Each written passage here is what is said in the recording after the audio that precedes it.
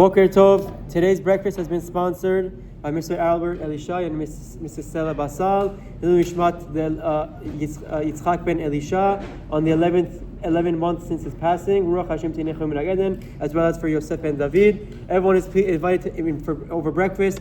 Please make brachot Ishmatam Tiskeh leMitzvot. We are continuing now where we left off in the Halachot of Lashon Hara. We're discussing common misconceptions where Lashon Hara is still prohibited, still Assur.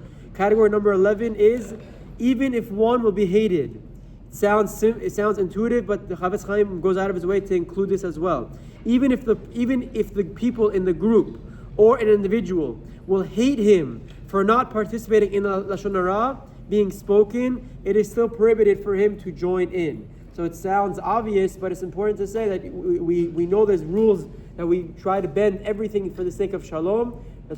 We spoke about that briefly earlier, about white lies, but when it comes to just plain out Lashon Hara, and people will hate you if you don't join in on the blatant Lashon Hara, there's no leniency for speaking Lashon Hara as well. And category number 12, even if the speaker includes himself. This is a very common misconception that you always hear someone say, don't worry, I'm including myself. I'm not any better. Halacha explains, even if the speaker of the Lashon Hara includes himself, in essence, he puts himself down along with the other party, and even if he mentions his wrongdoings first and the other person second, this does not absolve him from the prohibition of Lashon Hara.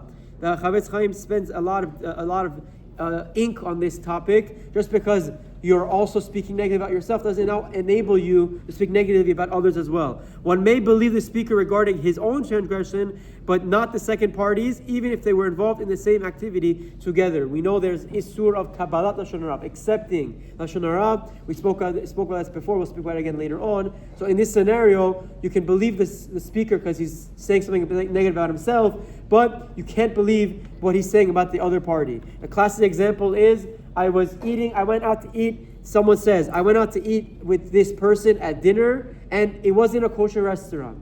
You can't believe that's Lashon Hara, even though he said I was first and I brought him. It doesn't matter. If you listen and you believe what he said about the other party, that's Lashon Hara. About himself, you can believe, but about the other party, you cannot. It's still considered Lashon Hara because it's implying that both participants ate at non-kosher and enjoyed that non-kosher item. So therefore, it falls into this category of even if the speaker includes himself, it's still prohibited. Have a wonderful day and Chazak U'Baruch.